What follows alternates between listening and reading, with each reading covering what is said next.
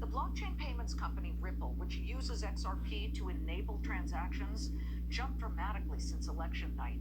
And it saw big surges earlier this week on speculation that its CEO held a meeting with the president-elect following his victory, and speculation that anti-crypto SEC chief Gary Gensler might soon announce his resignation, which we just talked about with former SEC Director Norm Champ. Ripple CEO Brad Garlinghouse is here in a Fox Business exclusive in studio to discuss all of this.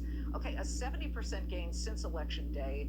Let me guess, you're a Donald Trump fan, at least, of a presidency as he oversees a crypto world that he's very open-armed to. For sure. What a difference 10 days makes. We, for years in the United States, have had an attack on the crypto industry. It's been war.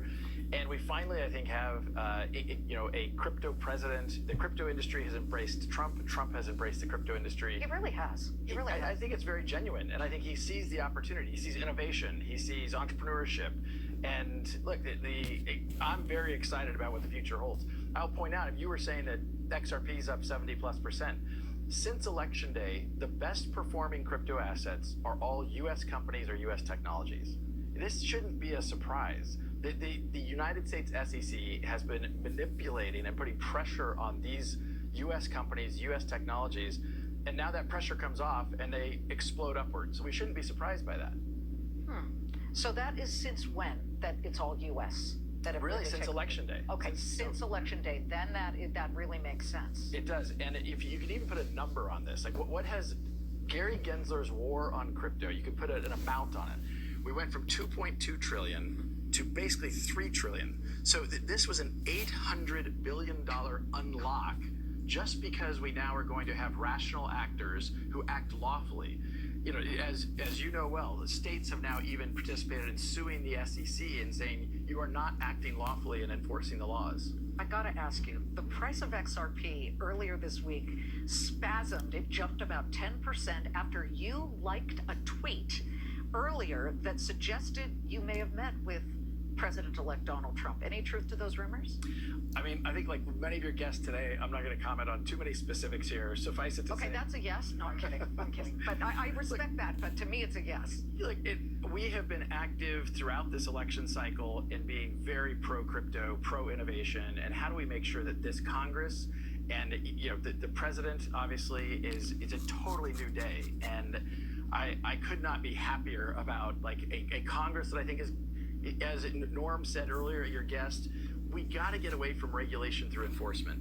That makes no sense. What about this yesterday, this lawsuit filed by 18 attorneys generals, I believe all from Republican states, suing the SEC, saying that they are allegedly overreaching when it comes to crypto regulation? Did you know that was coming at all? We did not, and I say to all 18 of those attorney generals, welcome to the party.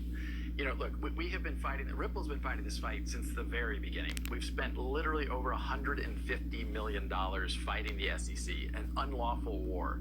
And so I'm thrilled they're joined. I wish they would have joined earlier. But even in their case, what they filed cites the Ripple case over and over. And so they see what has happened. They see how Gensler has overreached.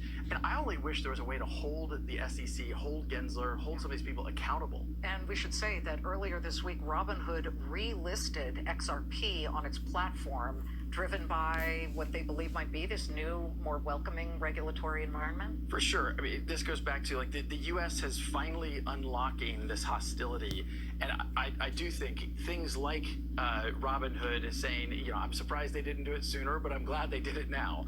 And, I expect... Robinhood, by the way, up 37% this month alone. Nice move for Robinhood. And Vlad the CEO, sat here and said that crypto has been a huge driver for their bottom line. I mean, he said that it actually is an order of magnitude, a 10x decrease in cost in order for him to trade. Brad, thanks for stopping by. It's great really to see you, Brad Garlinghouse. All right, folks.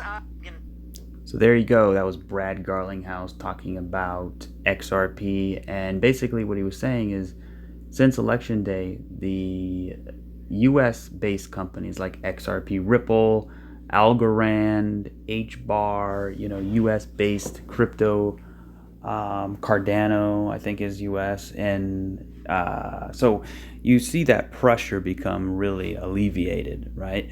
So yeah, I think got much more to go for the price is concerned, but just be cautious because we can always come back and retest the breakout level, right? Sometimes it happens, sometimes it doesn't. You can see back in the day here when we broke out, you can see we really didn't back test, right? We just went up. We had a little bit of a test, but that was more so back over here. But as far as the accumulation base, we did not back test that. Now, if you look over here, you can see we were in accumulation. We broke out. We did not back test. We just continued higher. So here we are right now, accumulation base.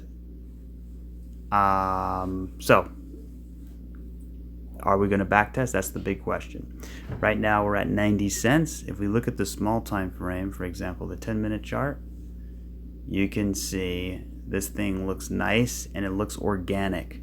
You can see we're coming up, back test, come up, retest, come up, retest, come up, retest. You know what I mean? So when you go up, you reset. You go up, you reset. Instead of just going straight and collapsing, you're going up nice and gradually. And that's what we want to see. So let's keep it going. I think we're somewhere in the third wave. You can see 1, 2, 1, 2, 3, 4, 5. 1, 2, all of this is 3, right? We can also see right here 1, 2, 3, 4, 5. 1, 2, 3, 4, 5. 1, 2, all of that's 3. Then we get 4, then we get 5. I mean, that's kind of the way I'm looking at it right now. But surely it if it is, we can see like 1, 2, 3, 4, or 1, 2, 3. We might not even be finished with 3, 4, and then 4, and then 5. So we just got to keep an eye on the small time frames. The small time frames, that'll be your guide here. So one of the ways you'll know if a serious correction has started is if we start to break below this zone between 83 and 79. If we start breaking below that, then I'm looking at that being a fourth wave and potentially coming back down to 73 and back testing that. So but yeah, it's still up for debate. So let's keep it rolling here. XRP versus Bitcoin, same thing, looking pretty decent right now. When we zoom out, you can see that thing fired to the upside. We got a 1, we got a 2. It looks like 1, 2, 3, 4, 5. 1, 2, 3. Yeah, I think a fourth wave should be coming pretty soon. We shall see. You zoom out a little bit further, you can see that we have a 1, 2, 3, 4, 5, A, B, C, right? And now we fire to the upside. So we're right back at the retracement levels. I expect a little bit of consolidation, but ultimately I'm looking for this thing to continue. So let's go. All right, guys, not financial advice. I will catch you guys on the next one. Cheers.